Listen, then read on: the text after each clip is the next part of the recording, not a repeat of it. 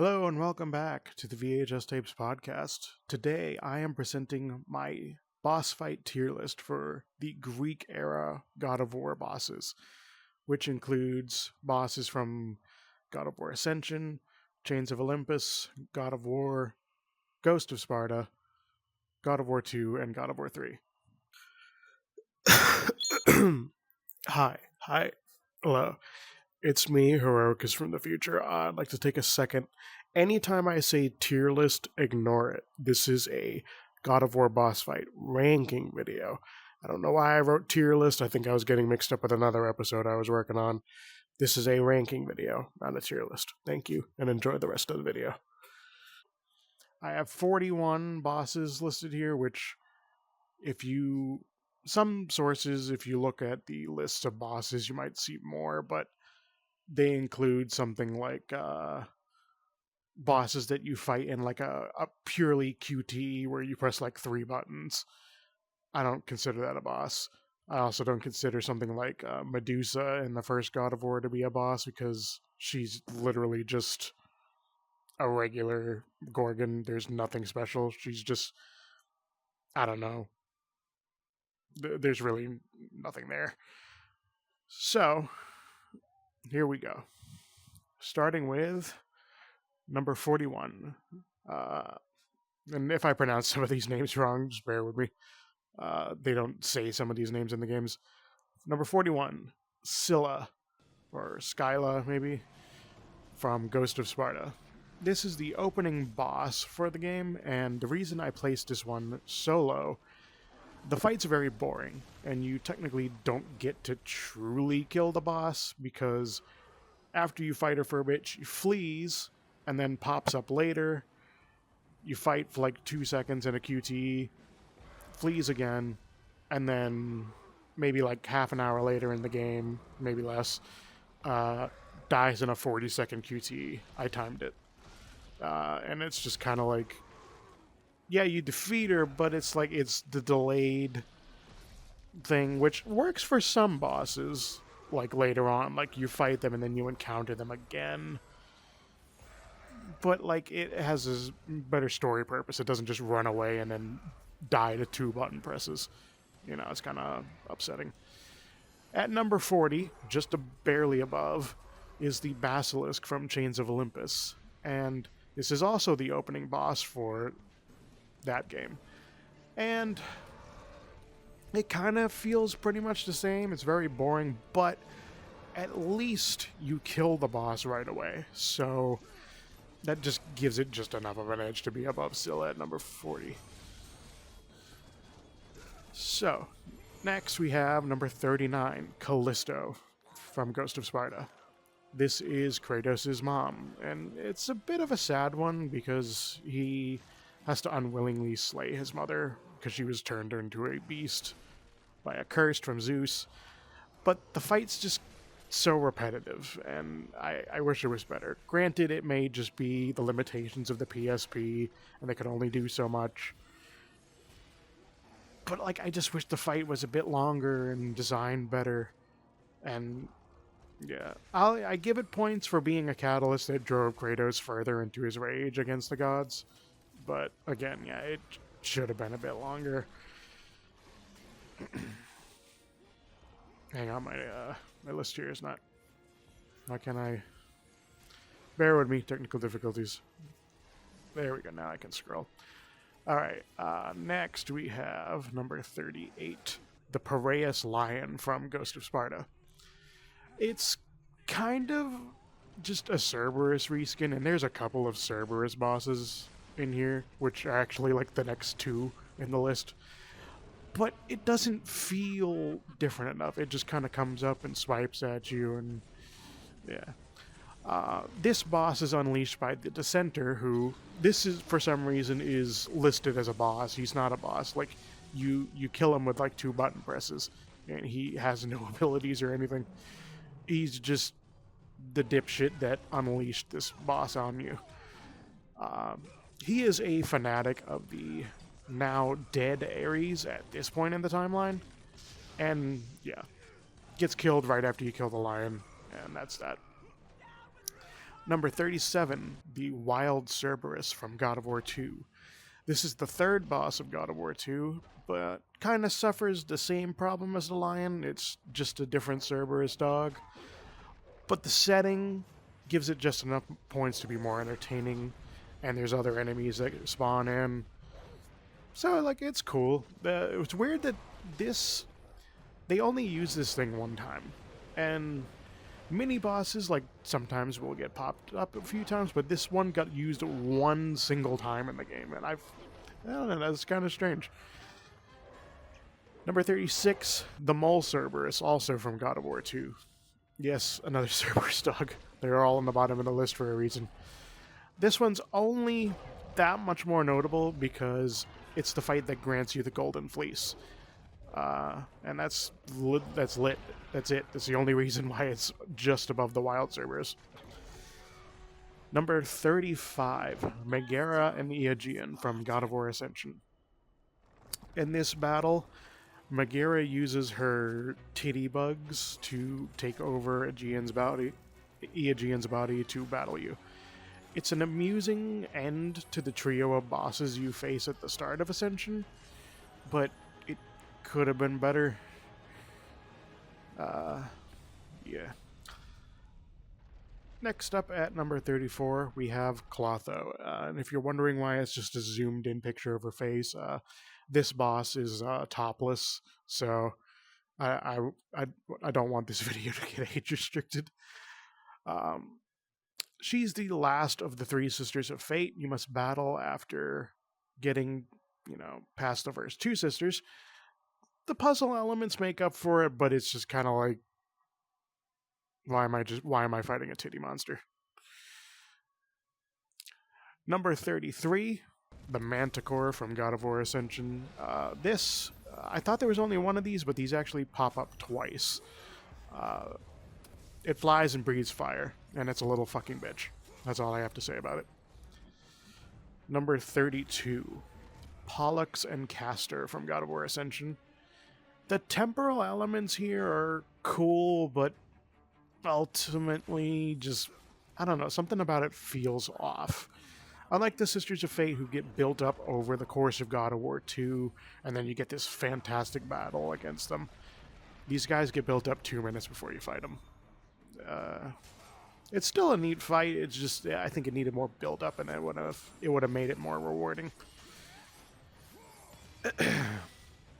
Number 31, Deimos from Ghost of Sparta. This fight could have been a bit longer. I do enjoy the story points here. He had been chained here for a long time and resents Kratos deeply because, he never came for him. But Kratos had obviously thought he was dead. That being said, why is he so jacked? Has he just been, on the chains, just, working out the whole time? Is it because he's a demigod? Yeah. But anyway, at this point I say this is the last of the more boring fights, and we get on to the more entertaining stuff. With number 30, the Persian King from Chains of Olympus. You battle this guy. He is the... Actually, I don't know why I said previously, what is it? The Basilisk is not the first boss fight in Chains of Olympus.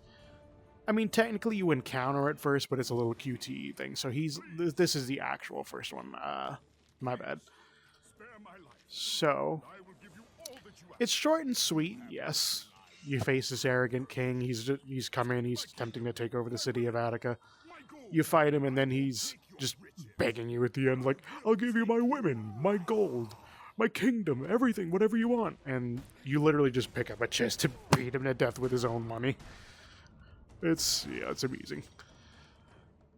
Number 29, Hermes from God of War 3. What do you get when you combine the Flash with a bag of dicks? This asshole. It's not a very challenging fight, even if you play it on, Chaos mode. It's just annoying. But the spectacle is great, and it's so satisfying when he shuts up after you kill him. He's so fucking irritating.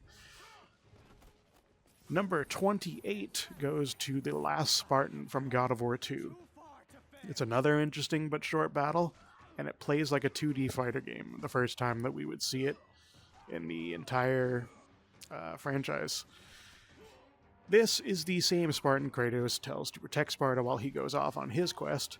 You can see this guy throughout the entire game. You'll just see in a little area next to you, he's just off battling, monsters, whatever. And then you finally just run into each other, and it's in the dark and you can't really see, and you just fight each other. And you get this nice little smackdown. It's unfortunate, but eventually he goes and rewrites time, so this guy's actually all okay. Probably. Number 27, Aegean's Hands. I grouped these two kind of boss fights together. They are arms of Aegean reanimated by Megara's titty bugs. We're not going to get into why she has those. Those are very weird. It's kind of nasty how it's just like the stuff just comes out of the arm and the arm just becomes a big monster that fights you. It's cool though. You fight like two of them. It's neat. Number 26, Alecto and Tisiphone in God of War Ascension. This is the final boss fight. It's got some neat spectacle, but my immersion is killed by the weird way the Kraken head is animated. I don't know. It just feels like it just like freezes and then proceeds to continue to the next animation. Number 26 goes to Charon from Chains of Olympus. Battling the ferryman himself. This is another two-part fight. The first round, it's scripted, you will fail, until you return with the Infinity Gauntlet of Zeus to pound the shit out of him. And that weapon's really nice. It's a shame, though, that we don't get to keep his scythe, because that would have been fucking badass. Number 24, the Hydra Lesser Heads. I'm not sure if this one's actually listed as a fight, but you encounter one here in the boat, and then there's one up here, and I don't know, maybe there's another one? I forget. It's a nice little start. They're like mini bosses, but very cool. It gives you a little taste of what's ahead. Number 23, again, just a really close cropped image because she's topless. Another titty monster. And this time we're getting head. Not that kind, though. Specifically removing her head so we can use her stone gaze as magic, but, it counts, I guess.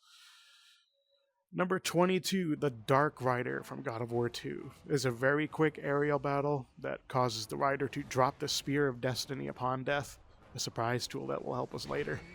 It was actually really neat. Like you think it's of no consequence when the spear just falls off, and you're like, oh, I'll never see that thing again, just random. And then you find it, like, yo, I get to use this thing, awesome. It's great. Number 21. Persephone, Chains of Olympus, and this would be the final boss of that game. Chronologically, this is the first time Kratos faced a god, which some people don't like, and I also kind of like, he seems in God of War 1 like, whoa, you can kill a god after he's already done it, but I will say, he's got the fucking Infinity Gauntlet and the power of the fucking sun. So it was kind of like he had help. He had some serious help on this. It gets points for being unexpected and badass. Granted, you probably picked up on when you met her, like, she's a villain, but I wasn't expecting, like, the suit of armor and stuff. It's kind of interesting, though, that he literally fists her to death. Do with that what you will. Number 20, Tisiphone and Megara from God of War Ascension. This first part is an illusion where he fights fellow Spartans, and then the second part is an illusion where Kratos defeats the almost said furries. The Furies. Pretty cool. It's interesting, like, he kills them, and then they're just like, nope, you were battling illusions this whole time. So Yeah, cool. Number 19, Aranis from Ghost of Sparta. This is the literal daughter of death. And she is standing in your way, which is a dumb move for anyone in this series. Like, there'd be so much less bloodshed if people would just get the fuck out of Kratos' way.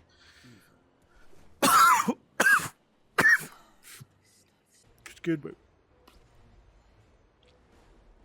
I'm okay. In the middle of the fight, she transforms into a giant bird thing until you revoke her flying privileges and then destroy her. Number 18, the Hydra King, God of War 1. This is ultimately the first big boss of the first game. And man, was this a thrill when I first got to play. It's still badass. You take out the first, like the two small heads, you face the king, and then you get the boat captain scene. Classic. Number 17, Thanatos, the god of death, Aranis' dad. Facing this guy with Deimos it's the first time we ever have a companion in the series that fights with us, besides like an NPC that just kind of like can stab an enemy a million fucking times and they won't die. And when Deimos is slain, Kratos goes absolute batshit Super Saiyan, and shit's about to go down. And it's a fun fight. Number 16 goes to Theseus. I wonder where his ship is. The battle may be more on his Minotaurs, because he kind of just fights you for a bit and then hops up and prefers to send a bunch of Minotaurs at you while he just blasts you with a spear, but I still like it. Still fun, because I get to pound his head into a fucking door after. Number 15, Pandora's Guardian, God of War 1. This it's a bit repetitive, I'll admit it, but I love the classic game feel. It's arcadey, and that's what I love about it. Breaking down the armor bit by bit until we get to impale against a wall with a fucking log is just... so good. Number 14 goes to Perseus from God of War 2. Focusing less on the spectacle, this one's more about using your brain. And you start with Perseus being invisible, so you just take his helmet and break it. He's using his sword, you take that and you just break it. And, this bitch could have survived if he was just like, hey, what if you just like get on my shoulders and we just climb over this wall? But no. He's dumb, so he gets turned into fish bait.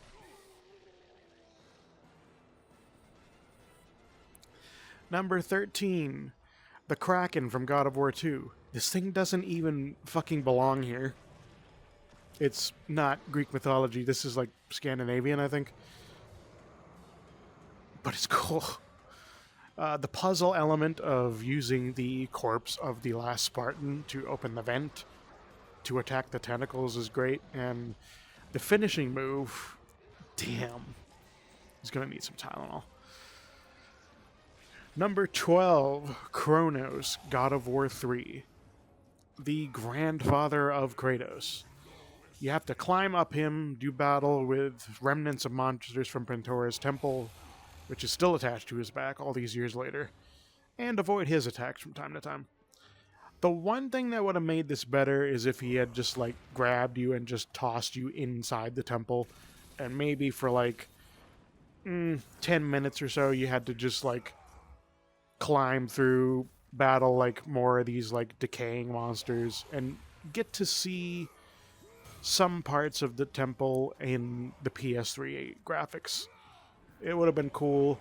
They could have also done things where, like, maybe because he's standing up with it on his... Hang on. He's standing up with it on his back, so it's, like, facing this way. So everything would have been on its side. Because in the original game, he's, like, crawling, if you don't know. Otherwise, It's a satisfying end for the bastard. You just shove the Blade of Olympus through his head, and that's that. Number 11, Poseidon, God of War 3. He is the first god to be slain. Fighting him's a spectacle, except for this one boring part here where you just... Like, what is this? Just do something. But the finisher, where you press the R3, L3 to gouge his eyes out. Oh, so cool. Number 10, the hippocampi. I don't know if that's how you... The hippocampi. Whatever. It's the water horse things. These are the actual first boss. They're deadly, unique, fabulous design. I just wish there was a couple more of them. Yep. Sorry, my notes are randomly scrolled. Alright. We're down to the last of them. Number 9, God of War 3. The Scorpius. It's another unique enemy in the game, in the form of a giant ice scorpion. Very cool. Pun intended. Number 8, Ulrich, God of War 2. We didn't actually get to fight this guy in the first game. He's just in cutscenes. So this was a treat this time around. He's got 3 phases, starting on his horse. Then he summons spirits to battle you, which brings us a boat captain gag. I love that guy. And then finally you steal his hammer and pound him to death. For good this time. Number 7 goes to Ares, God of War 1. The OG Big Bad. There is once again 3 phases. First, a battle where you use all the powers and weapons you've unlocked in a brutal exchange of cuts and blows. Secondly, you get sucked into another dimension to battle waves of evil Kratoses. Yes, that's a thing. It's still cool. Finally, stripped of your powers and armed only with the Blade of the Gods, you must batter Ares with your sheer determination. I meant to write battle. And it is such a satisfying victory at the end. Number 6 goes to Colossus of Rhodes, God of War 2. This takes place in a series of small fights all throughout the city of Rhodes. You'll fight it, it'll throw you somewhere, you battle through something, you come out somewhere else, you fight it again. And, you know, pretty cool. This is where Zeus bestows the Blade of Olympus to Kratos to defeat the creature. Although, we find out, he's the one that actually animated it in the first place. And the betrayal stings as Kratos is then slain by the blade that's now charged with all of his power. So, yeah. Number 5, Lachesis and Atropos, God of War 2. These are the first 2 Sisters of Fate you battle. Lachesis does most of the first phase, unleashing temporal magic blasts and so on. Atropos then drags Kratos back to the battle with Ares to destroy the Blade of the Gods, which gave him his victory in the first place. If she's successful, you are treated to an alternate cutscene where Ares defeats Kratos, and subsequently, present-day Kratos also dies. However, in defeating her and Lachesis, Kratos will trap them in a mirror and shatters it, erasing them from existence. Number 4 goes to Zeus, God of War 2. The final boss of God of War 2 is a brutal battle between the two of them. Zeus supersizes himself, the Blade of Olympus repeatedly changes hands, and Zeus is nearly defeated, if not for Athena's intervention and sacrifice. And with that, my final 3 rankings are all from God of War 3. Number 3, Hades, the god of the underworld. He's finally ready to take revenge for his wife's death 3 games ago, which is like 18 years later in universe. The end of this literally has you rip the soul out of his body just so you can use a cool portal system. A little overkill, maybe. But second to last, we have the mighty Hercules, jealous of Kratos apparently being Zeus's favorite.